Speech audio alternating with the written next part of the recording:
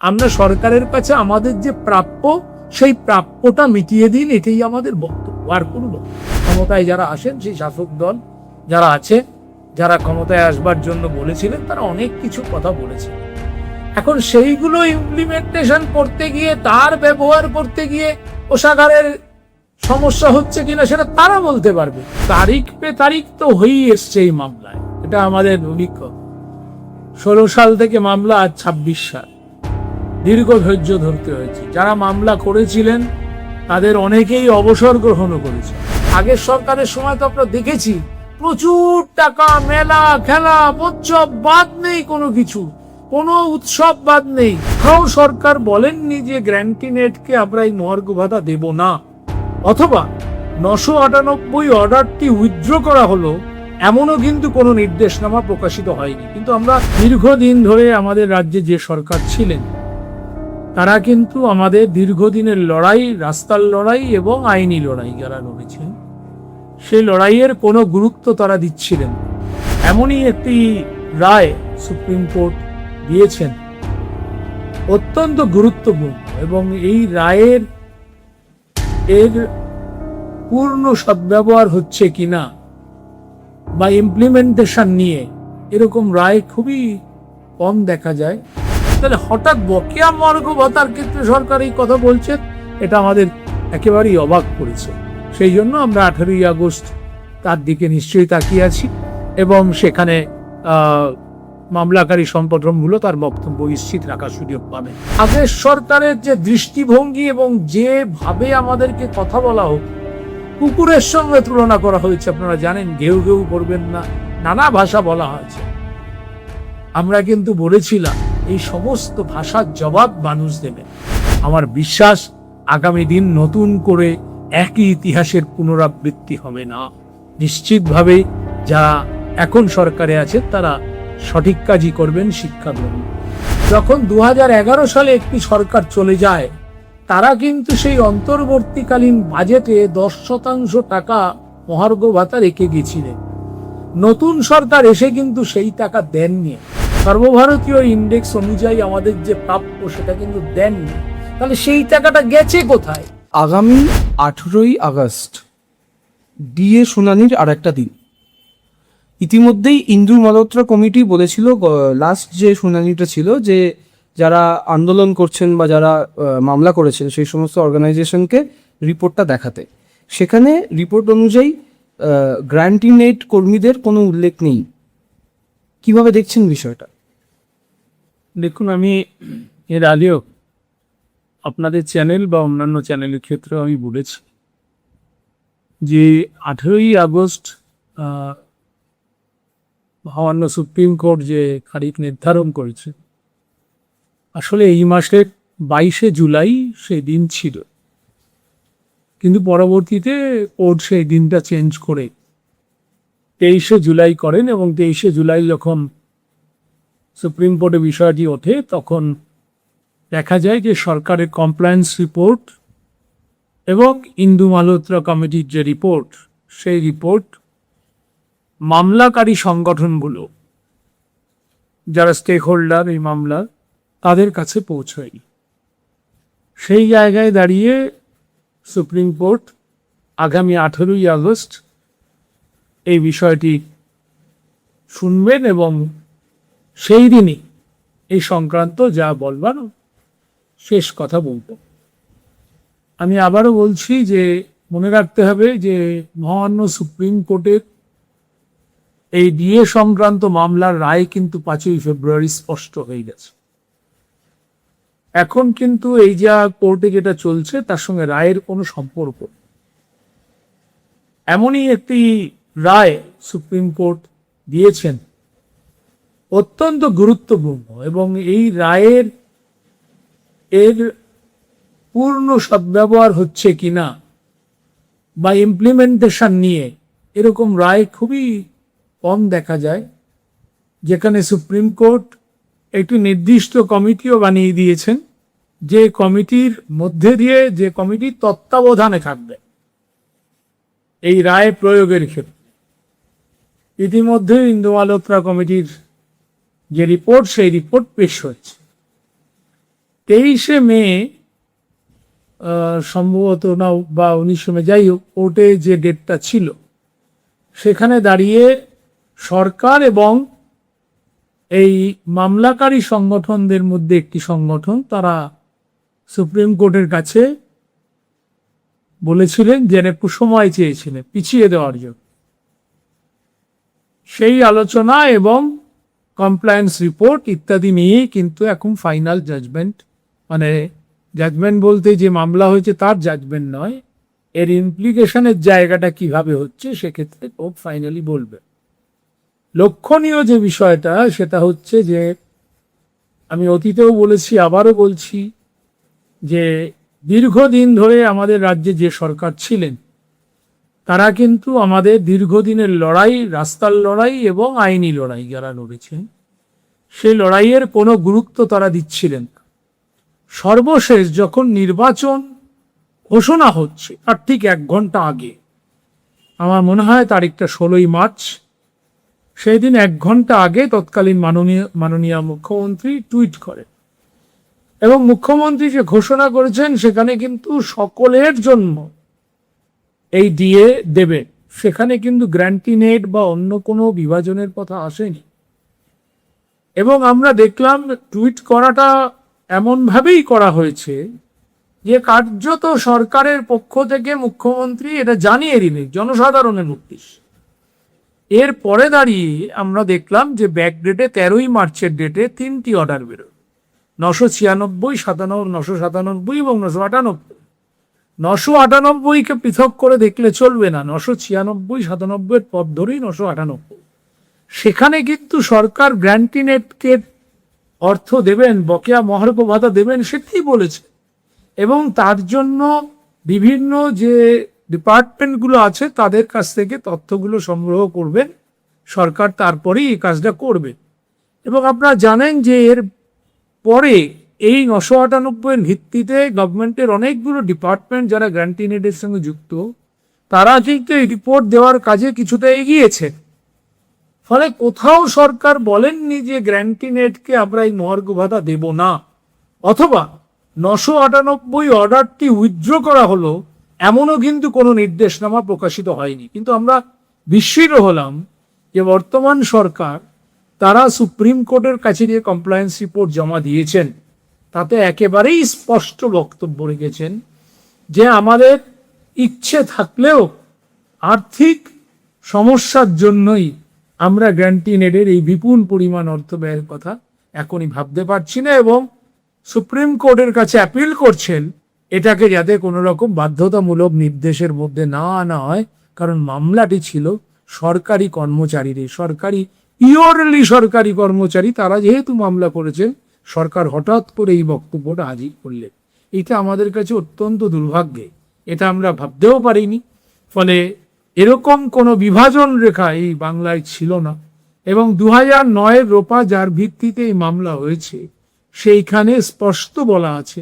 এবং পশ্চিমবাংলায় আপনারা দেখেছেন সরকার যে এই 20% দিয়ে যা অক্টোবর মাস থেকে দেবেন, সেখানেও তো সরকার বলেছেন সকলের কথা, পঞ্চায়েত, বোর্ড কর্পোরেশন, শিক্ষক, সকলের কথাই তো বলেছে। তাহলে হঠাৎ বকেয়া মহার্ঘ ভাতার ক্ষেত্রে সরকার এই কথা বলছেন, এটা আমাদের একেবারেই অবাক করেছে। সেই জন্য আমরা 18ই আগস্ট তার দিকে নিশ্চয়ই তাকিয়ে আছি এবং সেখানে মামলাকারী সংগঠনগুলো তার বক্তব্য নিশ্চিত রাখার সুযোগ পাবে, স্পষ্ট হয়ে যাবে সেদিন কি সুপ্রিম কোর্টের সামনে কোনটা ঠিক হচ্ছে আর কোনটা ভুল হচ্ছে। দাদা, তার সাথে একটা প্রশ্ন করতেই হয়। সঞ্জয় স্যার এই মানে এই যে দীর্ঘদিন ধরে এই যে লড়াই, সেই লড়াইয়ের বিচারপতি, কিন্তু এই আগস্ট মাসেই ওনার শেষ, রিটায়ারমেন্ট নিচ্ছেন উনি।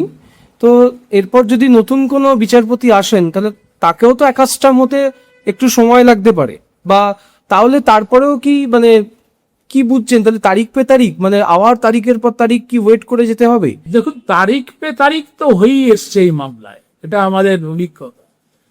16 সাল থেকে মামলা, আজ 26 সাল, দীর্ঘ ধৈর্য ধরতে হয়েছে। যারা মামলা করেছিলেন তাদের অনেকেই অবসর গ্রহণও করেছে। এখন এখানে সুপ্রিম কোর্ট যখন রায় দিচ্ছে তখন মহামান্য বিচারপতি কে আছেন, এটা আমার কাছে যদি বলেন এটা বড় বিষয়, বিচার্য বিষয় হতে পারে না। যে মহামান্য বিচারপতি তিনি রিটায়ার করবেন, অবসর গ্রহণ করবেন, হয়তো তার আগেই তিনি এই রায়টা দিয়ে যেতে চাইছে। আর যদি তা নাও হয়, তাহলে নিশ্চিতভাবেই যে বেঞ্চ তৈরি করবেন সুপ্রিম কোর্ট, তারিখ পে তারিখ না হোক, এটা খুব দ্রুতই সমাধান হবে। কারণ এই রায় হয়ে গেছে 5ই ফেব্রুয়ারি, এখন কেবলমাত্র ইন্দু মালহোত্রা কমিটির রিপোর্ট এবং তার ভিত্তিতে সরকারের রিপোর্ট এবং তার ভিত্তিতে মামলাকারী সংগঠনগুলো, যেহেতু তারা আগের দিন বক্তব্য রাখার সুযোগই পাননি, কারণ তাদের কাছে রিপোর্ট সার্ভিস করা হয়নি, সেটাই কোর্ট নির্দেশ দিয়েছেন। এবং সেইটার সুযোগ পেলে নিশ্চিতভাবেই কোর্ট কর্মচারীদের স্বার্থে, শিক্ষকদের স্বার্থে আরো একবার জানান দেবেন, এটাই আমাদের বিশ্বাস। দাদা, তার সাথে ডিএ প্রসঙ্গ আর একটা প্রশ্ন রাখতেই হয়। এই যে গ্র্যান্ডিনেট কর্মীদের উল্লেখ নেই, বা আশা কর্মীরা রয়েছেন, যারা অস্থায়ী কর্মীরা রয়েছেন, তাদের অনেকাংশের কাছেই এখনো টাকা আসেনি বা পৌঁছাচ্ছে না। তাহলে কি তারা সরকারের প্রতি আস্থা রাখতে পারবে বলে মনে করছেন? মানে একটা জটিল সমস্যা তৈরি হচ্ছে। কিন্তু দেখুন, যে কোনো সরকারের ক্ষেত্রেই সরকারের অধীনস্থ যে কর্মচারী বা শিক্ষক যারাই আছে, বা সোজা কথায় রাজ্য কোষাগার থেকে যারা বেতন পাচ্ছেন, তাদের তো সরকারের কাছে ভরসা করা অথবা সরকারের উপর নির্ভর করা ছাড়া অন্য কোনো বিকল্প পথ নেই। তারা তো কলকারখানার মালিকের কাছে গিয়ে তারা ধর্ণা দিতে পারবেন না। তাহলে সরকারের কাছেই তার দাবি দেওয়া, ন্যায্য কথা বলে যেতে হবে। কিন্তু এক্ষেত্রে একটা জিনিস মনে রাখতে হবে, যে রাজ্য সরকারের কর্মচারীরা মূলত যে অধিকার তারা পেয়েছিলেন আন্দোলন সংগ্রাম করবার, ধর্মঘট করবার, এই রাজ্য তো ব্যতিক্রম, সারা ভারতবর্ষের ক্ষেত্রে এই অধিকার আমাদের জন্য আছে। সেই অধিকারকে প্রয়োগ করেই কিন্তু রাজ্যের কর্মচারী, শিক্ষকরা সকলে মিলে দিনের পর দিন ন্যায্য দাবিতে রাস্তায় নেমেছেন। শুধুমাত্র কোর্ট বা কোর্টের মামলা এর মধ্যে দিয়েই এত বড় জয় নয়, নিশ্চিতভাবেই কোর্টের মধ্যে দিয়ে এই রায় এসছে, এটা ঠিক, কর্মচারীদের দাবি প্রতিষ্ঠিত হয়েছে। কিন্তু একই সঙ্গে মনে রাখতে হবে, বিভিন্ন ধারার আন্দোলন কিন্তু সংযুক্ত হয়েছে। রাস্তায় দিনের পর দিন হাঁটা, দিনের পর দিন রোদ বৃষ্টি ঝড় উপেক্ষা করে কর্মচারীরা ধর্ণা দিয়েছেন, আন্দোলন করেছেন এবং তার জন্য গ্রেপ্তার বরণ করেছেন, 2-3 দিন ধরে জেল খেটেছেন 40 জনের উপর বেশি কর্মচারী শিক্ষকরা। একদল শিক্ষক কর্মচারীরা তারা দিনের পর দিন মেরাব বেঁধে শহীদ মিনারে বসে দেখেছেন। তার সঙ্গে এই মামলা, এই সমস্ত কিছু, ফলে আমরা কিন্তু আগের সরকারের যে দৃষ্টিভঙ্গি এবং যেভাবে আমাদেরকে কথা বলা হতো, কুকুরের সঙ্গে তুলনা করা হয়েছে। আপনারা জানেন, ঘেউ ঘেউ করবেন না, নানা ভাষা বলা হয়েছে। আমরা কিন্তু বলেছিলাম এই সমস্ত ভাষার জবাব মানুষ দেবেন। একটা সময় কিন্তু কর্মচারী শিক্ষকের ডিএ হলে বাজারে শোনা যেত, দাদা আপনাদের তো টাকা বেড়ে গেল, ভালোই হলো।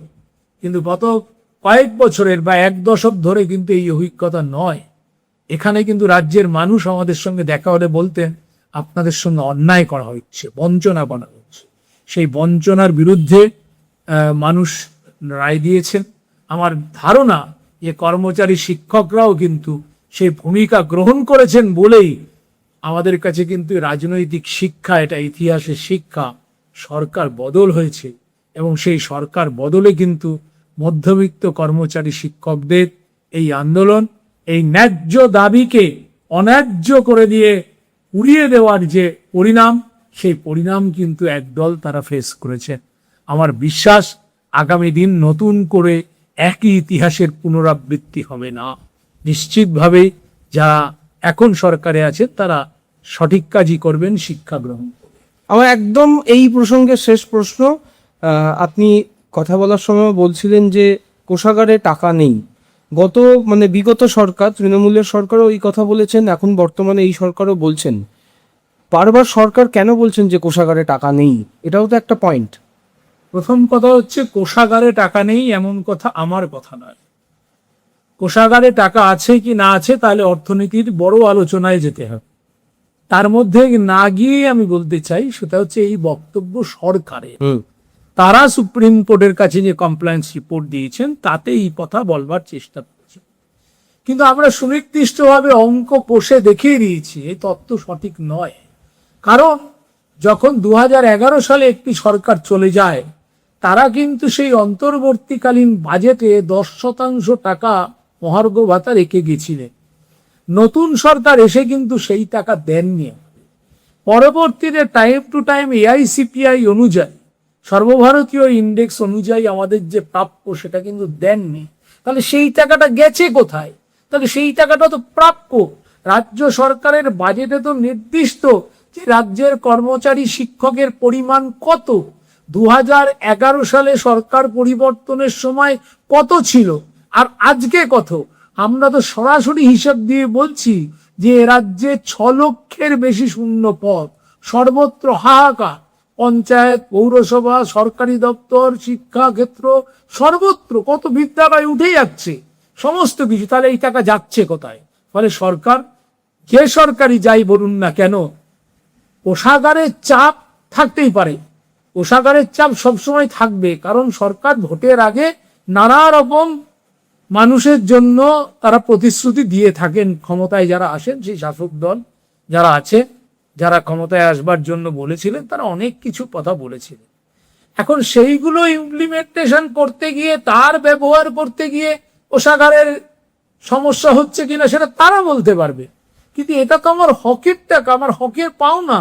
আমার যে পাওনাটা বেতনের মধ্যে দিয়ে পাওয়ার কথা ছিল আমি পাইনি, সেই টাকাটা তাহলে গেছে কোথায়? সেই টাকাটা তো কোথাও একটা রেখেছেন, সেই টাকাটা তো বলতে হবে। আগের সরকারের সময় তো আমরা দেখেছি প্রচুর টাকা, মেলা, খেলা, উৎসব বাদ নেই, কোনো কিছু, কোনো উৎসব বাদ নেই।